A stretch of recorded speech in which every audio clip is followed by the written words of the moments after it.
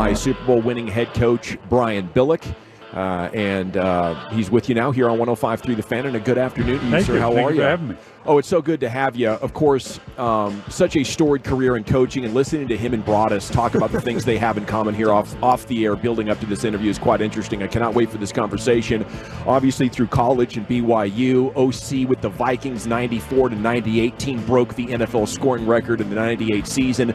Then on to Baltimore from 99 to 2007, where the Super Bowl championship happened. So congratulations on a great career, man. It's so cool to get a chance to chat with you. Now, a lot of Cowboys fans out there want to know from coaches, why can't the Cowboys get here? Do you have a take for us on what we need to do? Well, you've got to begin with an understanding it's hard to get here. Yes, sir. It's hard to get to and win a Super Bowl. There's a lot of things that have to stack up for you. Not the least of which, obviously, you have to have a good enough team. But things have to, whether it's schedule, and I'm not saying it's happenstance where you just go, well, hey, it's just draw the luck if you can get here. You got to make your own luck, so to speak. But it is hard to get here, and obviously the Cowboys are a good team. They're close.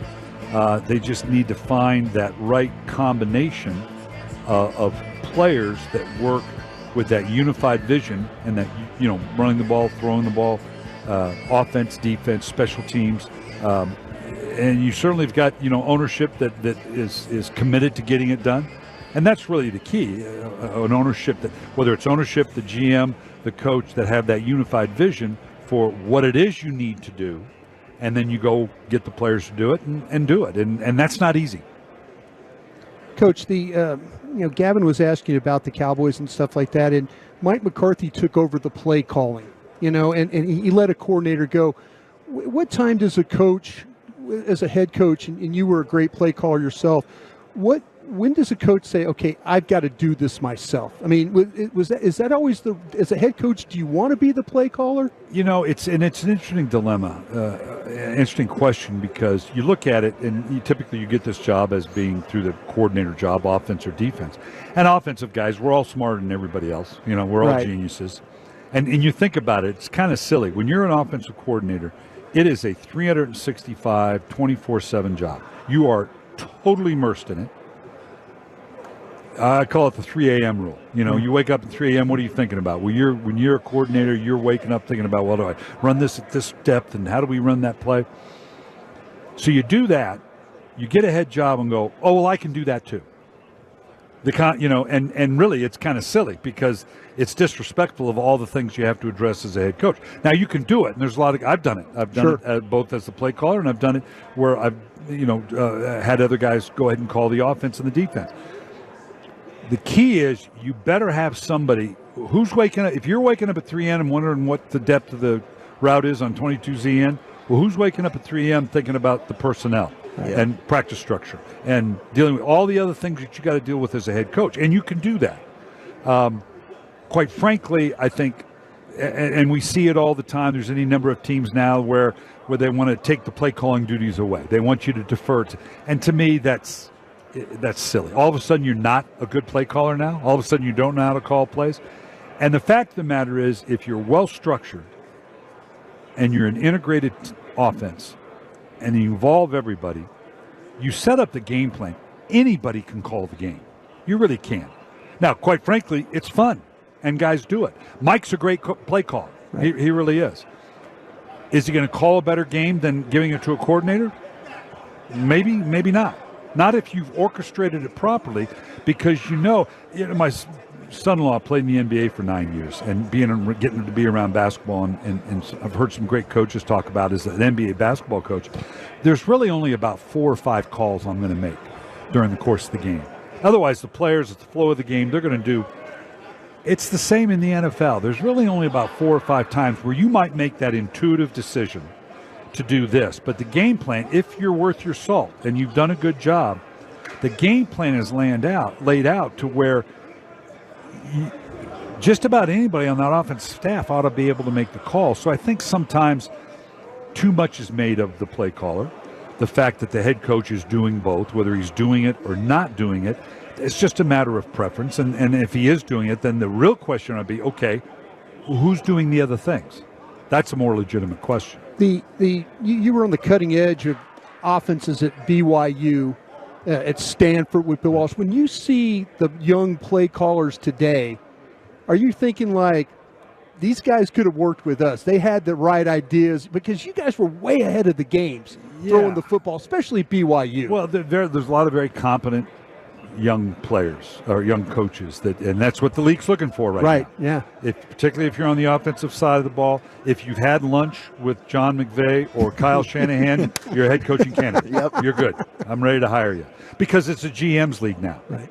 They're basically hiring coordinators, making them the head coach, wrapping the other things, which is fine. There's nothing wrong with that structure. But what I see in the young coaches today, yes, is smart play callers, and they understand it and they get it and how that's set up. More so, it's how they relate to the players and the way they work with the players. That's really where the young new coaches, I think, are the new wave of coaches have that edge, is they understand it really is about that. It's not, the fact of the matter is everybody's running the same thing. They really are. I mean, and it's just a matter of it's about how you devise it, practice it, structure it for the game plan, and get it called, and how that's integrated. That was when I go back to my time with Bill Walsh. That's where Bill was the genius ahead of his time, orchestrating the game plan and integrating it with the players to where they really understood how you practiced it, the ratios. These guys that I say, well, I got 300 play calls in there. No, you don't. You can't practice 300 plays. Who are you kidding? And not effectively.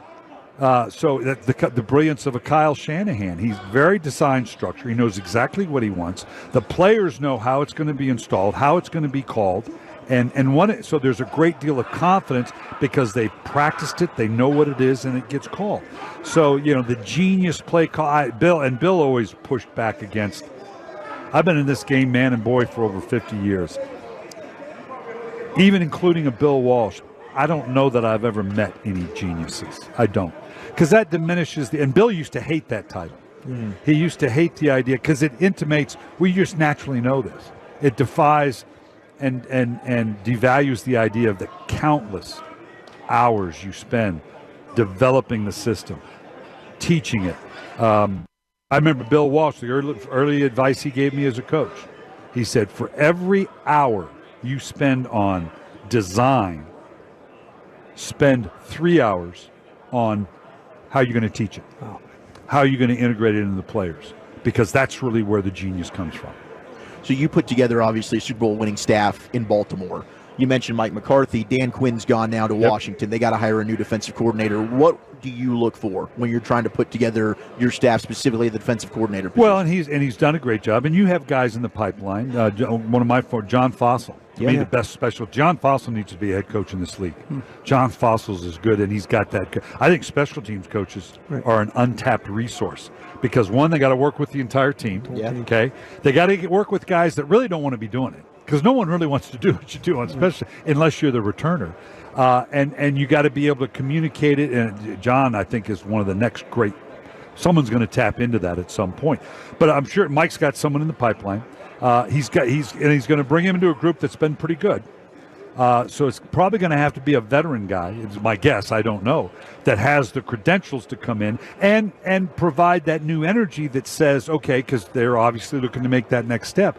This is an opportunity because Dan Quinn's a great coach. You hate to lose him, but now it's an opportunity to bring in someone new that might prove that spark to now be that difference for us to make the next step. It's Brian Billick here with you on the Fan. Coach, did you cross paths with Andy Reid as a player? Andy is a little younger than I am. I actually coached the JV one year. Right. And Andy was on that team. He had just come in. Andy and I didn't know each other real well. I was ahead of him in that regard. But, coming out of that BYU system and being an offensive lineman. And when I was used to kid Andy, he's the world's largest quarterback coach. When he was in Green, because I was in Minnesota when he was in Green Bay. Oh, yeah. So he and Gruden. Yes. John and I go way back, and we know each other. And John was in San Francisco, and I was in Stanford, and we were both at that time in the pecking order where we were first dabbling with computer game planning and the one thing. So we'd compare notes, and so obviously we were rivals when we were in Minnesota, and he was in Green Bay. So Annie and I go way back, and it was always, and then became head coaches. went to Baltimore. He went to Philadelphia at the same time. They were always stealing plays and stuff from you and Bob. Damn right they were. Bob Snooker. They were That's right. those screen packages sneaky you guys had in San Francisco. Yeah, that's They right. were stealing those. Andy and John Gruden were still. I were walking by their office in Green Bay, and I'm like, "What are you looking at?" Oh, we're looking absolutely. at this. We could stealing hey, Billy coaches, plays. we're the biggest thieves in the world. We'll take it, practice it, implement it, and then pretend it's ours. Genius. You're a genius, Yeah, right? that's right. I always said I'll give you the credit the first time I do it. After that, it's mine. Have you ever seen Ray Lewis lose an Oklahoma drill? Yeah, Ray was special. I mean, Jamal Lewis, Ray Lewis, Oklahoma drills. I feel like because someone's going to get hurt. Oh, my I ain't going to do that. Okay, so now. that wasn't something that took place. No. Okay, no. gosh dang it. That was a special group. In fact, people they used to criticize me because they used to call me Coach Cream Puff. Because I was in the Bill Walsh camp back then. Yeah. We practiced back then the way they have to practice now. Oh, okay. No back-to-back padded practices, limited contact, limited hitting. And they so used to call me Camp Cream Puff. I go, yeah. And I also happen to have the most ferocious single-season defense in the history of the game. Sure do. Yeah. So go ahead and tell me we're not tough enough and we don't practice the right way. Was Tony Siragusa the funnest guy you've ever been around? Tony Siragusa was the biggest pain in the ass in the world. God rest him. Really? I loved him, and he was because of what I loved about Tony. Yeah. He was a pain. He was but you talk about when it came time to work. Sure. He burned at both ends, and he had guys, and we were aloof. But boy, when it was time to work, he was right there, and he made sure everybody worked. And when it came to game time, Tony was there. He was, Ray Lewis obviously was the real emotional leader of that team, but Tony, in his way, was one of the key elements because they took his lead, and when it was time to work, Tony made sure you worked. I love that. Chief? Just curious how often you bust out the Super Bowl ring, because we're always on Broadus here. You never we were really just bust it talking about out. that. No, Oh, okay. just on occasion, just Thank when you, you're Coach. doing special. Appreciate and it's you being amazing. here. It's amazing to watch people react to the ring. Yeah. And it's great. When we won the first Super Bowl, Steve Bisciotti said, if we win another Super Bowl, we're going to go the other way. We're going to make it smaller. We're going to be very classy. And I said, okay, that's great. So, I leave. They win Super Bowl in 2012. I come back and see their Super Bowl ring.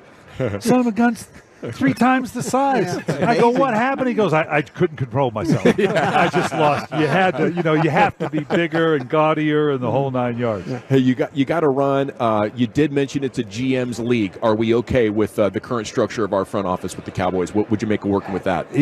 That's always a tough one. Yeah. You got to love the passion of Jerry Jones. Yes, sir. And he's going to try to provide you everything he can.